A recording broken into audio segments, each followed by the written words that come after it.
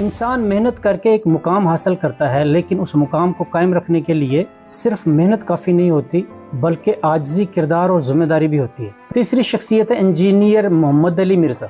मैंने भी इनको सुना है, खूबसूरत बात करते हैं। जिस तरह गामदी साहब बात करते हैं, दीन को समझकर वो बात करते हैं, मतलब उसी तरह का इसकी भी लाइन है इस आदमी की। लेकिन इसको जेल हुई, ज़ाहिर ये कोई अच्छी चीज़ नहीं है, मतलब ये ज़िल्लत वाला मुकाम है कि जेल का ठप्पा लग गया, बुरे हालात है, मतलब परेशानी आई। देखें, अब इस पे सोचने की बात है, अगर आपकी लाइन दुरुस्त थी तो परेशानी तो नहीं आनी चाहिए। और ख़ास तौर पे जब आप दीन का काम कर रहे हैं, अगर आप दीन का काम कर रहे हैं फिर भी आपको परेशानी आ रही तो आप इसको समझने की ज़रूरत है आपको कि आप कहीं गलती कर रहे हैं। अब मतलब मेरे हिसाब से ये इनका भी लहजा जो है वो दीन की जब बात करता है तो वो बहुत ही बुरा लहजा, अगले की तज़लील, तेरे बाबे शाही कोई नहीं, मेरे नबी जे है कोई नहीं, ये बात ठीक है, लेकिन ये अंदाज़ इतना बुरा है। अगर आप किसी बुज़ुर्ग की भी बात कर रहे हैं, ठीक है, जो लोग इन चीज़ों को मानते हैं उनको समझाने का ये तरीका बिल्कुल भी नहीं है, ठीक है। और फिर आप बाबे का मतलब है ये किसी बड़ी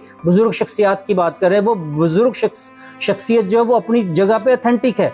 अगर उनकी बात को लोगों ने गलत समझा या उनसे लोगों ने गलत अकीदत अपना ली तो वो लोगों का कसूर है, उन शख्सियत का कसूर नहीं है। जो शख्सियत बड़े सगीर में दीन लेके आई हैं, उनको हर मतलब समझदार पढ़े लिखे बंदे ने पढ़ा हुआ है। क्या उनकी शख्सियत में कुछ तरह की बात है कि उनको इस लहजे में मुखातब किया जाए, ठीक है। जिनको भी, जितने लोग पीरी मुरीदी करते हैं, जिन बड़े बुजुर्गों को मानते हैं, उन बुजुर्गों की जो शख्सियत, उनमें तो कोई कमी नहीं है, ठीक है। उन्होंने तो सही चीज़ें बताई, लोगों ने गलत तरीका अपना लिया तो लोगों की गलती है। तो लिहाजा इंजीनियर साहब को ये चीज़ समझनी चाहिए।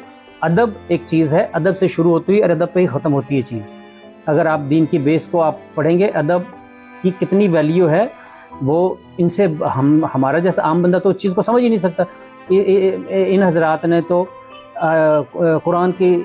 कुरान और हदीस को बड़ी डीपली स्टडी किया है, ख़ास तौर पे हदीस को डीपली स्टडी किया, आप सल्लम की अस्वा हसना को डीपली स्टडी किया है। तो इनको उस में मोहतात होना चाहिए। दीन को समझाने का, दावत देने का जो तरीका है उसमें नरम और आजिज़ी होनी चाहिए। आप सल्लम से कहीं ऐसी बात साबित नहीं हुई कि आपने किसी गैर मुस्लिम को या जो उस वक़्त के काफिर थे उनको कहीं भी सख्त लहजे में दावत दी हो, तो ये एक पसंदीदा अमल नहीं है। इन भाई को ये बात समझनी चाहिए। इनके लाखों फॉलोअर्स हैं, इनको मानने वाले, सुनने वाले हैं, इनकी जिम्मेदारी ज़्यादा बढ़ जाती है।